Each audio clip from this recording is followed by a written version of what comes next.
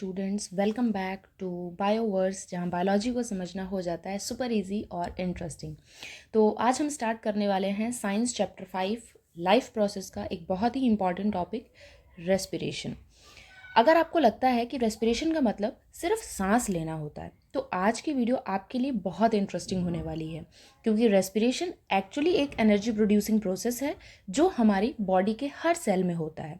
तो चलिए step by step इस टॉपिक को सिंपल और इंटरेस्टिंग वे में समझते हैं।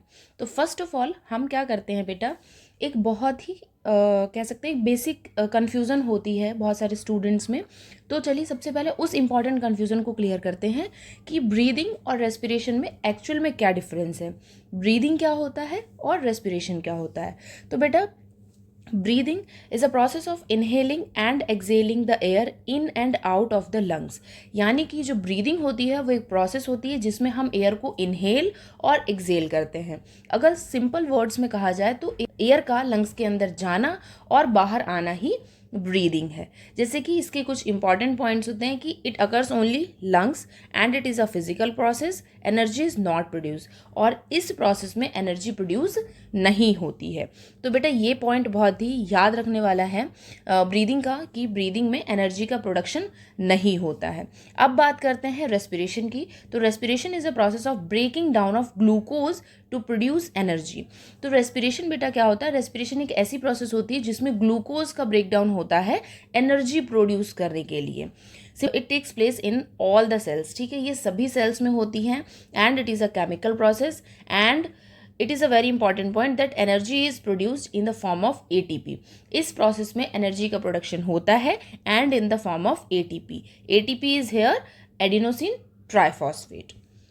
नेक्स्ट हम बात करते हैं रेस्पिरेशन। रेस्पिरेशन में टाइप्स ऑफ रेस्पिरेशन हम पढ़ते हैं कि रेस्पिरेशन के कितने टाइप्स होते हैं। Mainly respiration is of two type, aerobic and anaerobic. Aerobic respiration and anaerobic respiration, दो टाइप के रेस्पिरेशन होते हैं। एरोबिक रेस्पिरेशन में ऑक्सीजन रिक्वायर्ड होती है, यानी कि aerobic respiration is the respiration which occurs only in the presence of oxygen. It occurs in the cytoplasm and mitochondria, किसी भी सेल के साइटोप्लाज्म या माइटोकॉन्ड्रिया में होता है। In this process complete breakdown of glucose takes place, यानी कि इस प्रोसेस में ग्लूकोज का ब्रेकडाउन कंप्लीटली होता है। मोर एनर्जी इज प्रोड्यूस्ड, और इस जो प्रोसेस है इसमें ज़्यादा एनर्जी प्रोड्यूस होती है and end products are CO2 and H2O, that is carbon dioxide and water. यानी कि इस प्रोसेस के जो एंड प्रोडक्ट्स होते हैं वो कार्बन डाइऑक्साइड एंड वाटर होते हैं। अब बात करते हैं एनारोबिक रेस्पिरेशन की। तो इसमें oxygen is not required, it occurs in the cytoplasm only, और ये किसी भी सेल के साइटोप्लाज्म में ही होती है सिर्फ। Incomplete breakdown of glucose takes place, यहाँ पर ग्लूकोज का ब्रेकडाउन जो है वो पूरी तरीके से नहीं होता है। लेस एनर्जी इज प्रोड्यूस्ड, और एनर्जी का भी प्रोडक्शन बहुत लेस अमाउंट में होता है। And the end products are CO2, carbon dioxide, ethanol. The chemical formula of ethanol is C2H5OH और lactic acid। ठीक है बेटा, तो एनारोबिक रेस्पिरेशन जो होती है इसमें जो एंड प्रोडक्ट होता है वो हमारा कार्बन डाइऑक्साइड होता है, इथेनॉल होता है और लैक्टिक एसिड होता है। अब हम यहाँ पर बात करते हैं, हमने इसको एक फ्लो चार्ट की हेल्प से समझाने की कोशिश करी है रेस्पिरेशन और उसके टाइप्स की। बेसिकली रेस्पिरेशन के दो टाइप्स हमने पढ़ा है। तो बेटा एक प्रोसेस होती है जिसमें ग्लूकोज जो होता है वो पायरुवेट में टूटता है, ठीक है। ग्लूकोज से पायरुवेट तक टूटने का जो प्रोसेस होती है उसको ग्लाइकोलिसिस कहते हैं। Glycolysis is a 11 step process, ये आप हायर क्लासेस में पढ़ेंगे, ठीक है। ग्लूकोज से पायरुवेट तक की प्रोसेस जो होती है उसको ग्लाइकोलिसिस कहते हैं। ग्लूकोज एक 6 कार्बन का मॉलिक्यूल है, while the pyruvate is 3 carbon molecule. जो पायरुवेट है वो 3 कार्बन का मॉलिक्यूल है, और साथ ही में जब ग्लूकोज का ब्रेकडाउन होता है पायरुवेट में तो कुछ एनर्जी भी साथ में रिलीज होती है। अब बेटा होता क्या है कि सबसे पहले एब्सेंस ऑफ ऑक्सीजन में हमारी कौन सी प्रोसेस हो रही थी, एनारोबिक रेस्पिरेशन। तो बेटा एनारोबिक रेस्पिरेशन जो होती है वो मेनली ईस्ट में होती है हमारे, ठीक है। तो जो एंड प्रोडक्ट्स होते हैं उसमें क्या फॉर्म होता है, इथेनॉल, कार्बन डाइऑक्साइड एंड साथ में एनर्जी होती है। यहाँ पर कार्बन के 2 मॉलिक्यूल्स भी क्या होते हैं, रिलीज होते हैं। उसके बाद में हम प्रेजेंस ऑफ ऑक्सीजन की बात करें जिसको एरोबिक रेस्पिरेशन कहा जाता है and it occurs in mitochondria only, ठीक है। ये माइटोकॉन्ड्रिया में होता है, तो जिसमें एंड प्रोडक्ट्स हमारे क्या होते हैं, carbon dioxide, H2O and energy भी रिलीज होती है, यानी कार्बन डाइऑक्साइड वाटर के साथ साथ एनर्जी भी रिलीज होती है। अब बेटा एक और प्रोसेस जो होती है वो भी एनारोबिक रेस्पिरेशन के ही दौरान होती है, जो कि हमारे मसल सेल्स में होती है, ठीक है। जिसमें क्या होता है, जब ऑक्सीजन की कमी होती है, यानी कि जब कोई भी एथलीट या कोई भी पर्सन, ह्यूमन बीइंग क्या करता है, बहुत विगरस एक्सरसाइज करता है या बहुत तेज़ी से रनिंग करता है, तो आप देखते हैं कि आपकी मसल्स में क्रैम्प्स होना शुरू हो जाते हैं। तो बेटा वो क्या होता है, जब हमारी बॉडी में हमारे जो सेल्स हैं, मसल सेल्स हैं, उनमें ऑक्सीजन का लैक होता है, यानी लैक ऑफ ऑक्सीजन की वजह से क्या हो रहा है, एनारोबिक रेस्पिरेशन हो रही है। तो उस दौरान क्या होता है, लैक्टिक एसिड का फॉर्मेशन होता है और साथ ही में कुछ एनर्जी भी रिलीज होती है। आई होप ये टॉपिक आपको क्लियर हो गया होगा। ह्यूमन रेस्पिरेटरी सिस्टम, ठीक है। ह्यूमन रेस्पिरेटरी सिस्टम क्या होता है, ह्यूमन रेस्पिरेटरी सिस्टम के बारे में हम पढ़ेंगे, यानी कि इसको हिंदी में बोलते हैं मानव श्वसन तंत्र। तो बेटा एयर पासेज जो होती है वो कुछ स्टेप्स के थ्रू होती है, तो हम यहाँ पर वही पढ़ते हैं। सबसे पहले नॉस्ट्रल्स, फिर pharynx, लैरिंग्स, trachea, bronchi, bronchioles, lungs and alveoli. अब अगर ये आपको याद नहीं हो रहा है तो मैंने यहाँ पर आपके लिए एक बहुत ही ईजी ट्रिक लिखा हुआ है। नंदू पराठा लाया, थोड़ा बटर भी लाया। N for nostrils, P for pharynx, L for larynx, T for trachea, B for bronchi and again B for bronchioles, L for lungs and A for एल्वियोलाइज। तो बेटा ये एक पाथवे होता है जिसके थ्रू होकर के एयर जो है हमारी बॉडी में ट्रैवल करती है। नॉस्ट्रल्स बेटा आप जानते हैं कि नॉस्ट्रल्स यानी कि हमारी जो नोज़ होती है, ठीक है। हम यहाँ से क्या करते हैं, O2 को इनहेल करते हैं। नॉस्ट्रल्स क्या करती है, वो O2 को ट्रांसफ़र करती है फेरिंग्स में, जो कि नॉस्ट्रल्स के जस्ट नीचे का पार्ट होता है। फेरिंग्स उसको ट्रांसफ़र करता है लैरिंग्स में, विच इज़ जो हमारा विंड पाइप वाला पार्ट होता है, ठीक है। And the next part is trachea. Next आपका ब्रोंकाई, देन ब्रोंक्यूल्स। जब ब्रोंकाइल्स का डिवाइडेशन होता है तो ब्रोंक्यूल्स का फॉर्मेशन होता है। नेक्स्ट आपके आते हैं लंग्स, ठीक है बेटा, यानी लंग्स लेफ्ट एंड राइट दोनों ही साइड में प्रेजेंट हैं। और उसके बाद होती है आपकी एल्वियोलाइज। एल्वियोलाइज जो होती हैं बहुत ही छोटी छोटी ग्रेप लाइक स्ट्रक्चर होती हैं, ठीक है बेटा। तो आई होप ये पाथवे आपको समझ में आ गया होगा। अब हम बात करते हैं एक्सचेंज ऑफ गैसेस एक्चुअल में कहाँ पर होता है। एल्वियोलाई जो कि आपका लास्ट पॉइंट था आपके पाथवे ऑफ एयर का, ठीक है।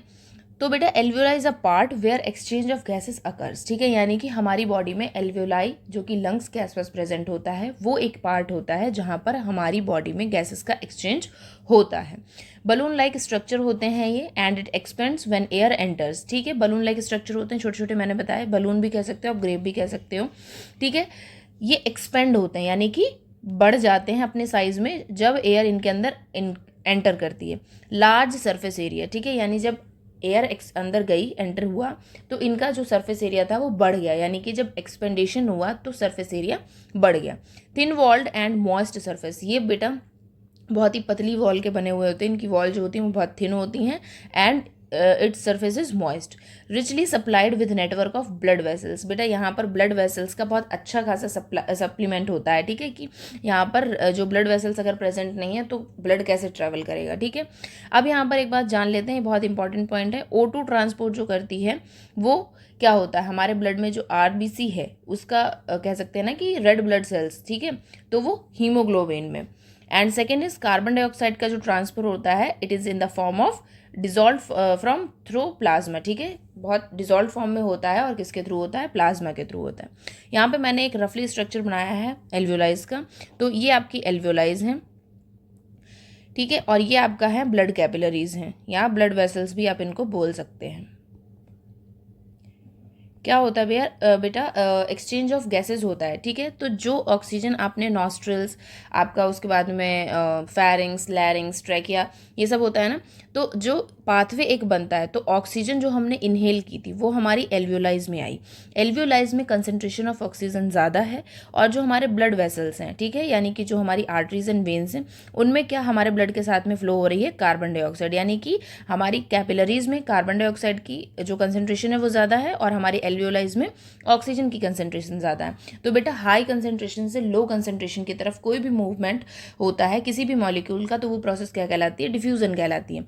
तो सेम यहाँ पर डिफ्यूज़न की प्रोसेस के थ्रू ऑक्सीजन जो है वो हमारी ब्लड कैपिलरीज में जाएगी, और जो ब्लड कैपिलरीज में प्रेजेंट कार्बन डाइऑक्साइड है वो हमारी एल्वियोलाइज में जाएगी, और सेम पाथवे के थ्रू, नोज के थ्रू होता हुआ एक्सेल हो जाएगी। तो बेटा ये एक मैकेनिज्म है, कहाँ पर ब्रीदिंग होती है और कहाँ पे इनहेलेशन होता है और कहाँ पर एक्सहेलेशन होता है। आई होप ये आपको बहुत अच्छे से समझ में आया होगा। हमने जो नेक्स्ट टॉपिक की बात करी थी, मैकेनिज्म ऑफ ब्रीदिंग की, तो वही हम यहाँ पर समझेंगे कि मैकेनिज्म ऑफ ब्रीदिंग एक्चुअल में क्या होता है। इनहेलेशन, जिसको हम इंस्पिरेशन भी कह सकते हैं। The muscles of the diaphragm contract, यहाँ पर जो डायाफ्राम होता है जो कि बहुत इंपॉर्टेंट रोल प्ले करता है हमारी रिब्स को कैरी करने में, ठीक है, वो कॉन्ट्रैक्ट होता है। The diaphragm goes downward and becomes flat. जब हम इनहेल करते हैं तो हमारा डायाफ्राम जो होता है वो नीचे की तरफ जाता है और फ्लैट हो जाता है। Air enters the lungs through the nose, air जो होती है वो लंग्स में नोज के थ्रू एंटर होती है। एक्सलेशन, जिसको एक्सपिरेशन भी बोलते हैं। तो the muscles of the diaphragm relax, जब हम एक्सेल करते हैं तो जो डायाफ्राम की मसल्स होती हैं वो कंप्लीटली रिलैक्स हो जाती हैं। The diaphragm goes upward and becomes dome shaped, यानी कि डोम शेप, बेटा यहाँ पर मैं आपको बना के दिखा रही हूँ, ये डोम शेप होती है, ठीक है। तो जो डायाफ्राम होता है एक्सलेशन के दौरान ऊपर की तरफ जाता है और डोम शेप का हो जाता है। Air goes out the lungs through the nose, वही पाथवे सेम फॉलो होगा जो एयर एंटर हुई थी नोज के थ्रू लंग्स तक जाने के लिए, सेम पाथवे एक्सलेशन में फॉलो होगा कि लंग्स से नोज तक जाने के लिए सेम पाथवे फॉलो होगा, ठीक है, कि लंग्स से होते हुए नोज के थ्रू बाहर निकल गए। यहाँ पे मैंने एक डायग्राम भी ऐड किया हुआ है, आप यहाँ पर देख सकते हैं कि nasal passage, mouth, pharynx, larynx, bronchi, जो भी आपके पार्ट थे ह्यूमन रेस्पिरेटरी सिस्टम के, आप इस डायग्राम्स के थ्रू समझ सकते हैं। नेक्स्ट हम बात करते हैं, ये भी बहुत इंपॉर्टेंट टॉपिक है बेटा, कभी कभी आपके बोर्ड में पूछ लिया जाता है, ब्रीदिंग इन एक्वेटिक ऑर्गेनिजम्स, ठीक है। जो एक्वेटिक ऑर्गेनिजम्स होते हैं यानी कि पानी में रहने वाले जो ऑर्गेनिजम्स हैं उनमें ब्रीदिंग कैसे होती है। दे ब्रीथ थ्रू गिल्स, ठीक है, जो फिशेस होती हैं वो गिल्स के थ्रू अपना ब्रीदिंग करती हैं। Rate of breathing is faster as comparison to terrestrial animals as they use oxygen dissolved in water which is less as comparison to carbon dioxide present in atmosphere. क्या होता है, जो बेटा aquatic organisms होते हैं उनमें ब्रीदिंग रेट बहुत faster होता है, ठीक है, as comparison to terrestrial organism, क्योंकि जो वाटर में प्रेजेंट ऑक्सीजन है डिजॉल्व फॉर्म में प्रेजेंट है तो वो बहुत कम अमाउंट में प्रेजेंट है, इसीलिए उनका रेट ऑफ ब्रीदिंग जो है वो फास्ट होता है as comparison to the terrestrial organism. अब टेरेस्ट्रियल ऑर्गेनिज्म यानी कि जो लैंड पर रहते हैं, जैसे कि हम लोग, ठीक है। Direction of diffusion of gases in plant depend upon environment conditions. अब बेटा कुछ प्लांट्स भी, बहुत सारे, कुछ नहीं, सभी प्लांट्स जो हैं वो रेस्पिरेशन करते हैं, तो ये डिफ्यूजन की प्रोसेस के थ्रू करते हैं, जो कि मैंने आपको ऊपर समझाया हुआ है। Concentration of carbon dioxide, oxygen, light and temperature etcetera, यानी कि ये कुछ इन्वायरमेंटल फैक्टर्स होते हैं, इन्वायरमेंटल कंडीशंस भी कह सकते हैं, इनके ऊपर रेस्पिरेशन या डिफ्यूजन की प्रोसेस डिपेंड करती है। तो आई होप ये टॉपिक आपको समझ में आया होगा। लास्ट मेरी वीडियो रही है इस चैप्टर के न्यूट्रिशन टॉपिक पर, आप मेरे पेज बायोवर्स पर जा करके उसको देख सकते हैं। एंड स्टूडेंट्स, तो आज हमने बहुत अच्छी तरीके से समझा breathing versus respiration, types of respiration, glycolysis, human respiratory system, एल्वियोलाइज और गैसेस एक्सचेंज का।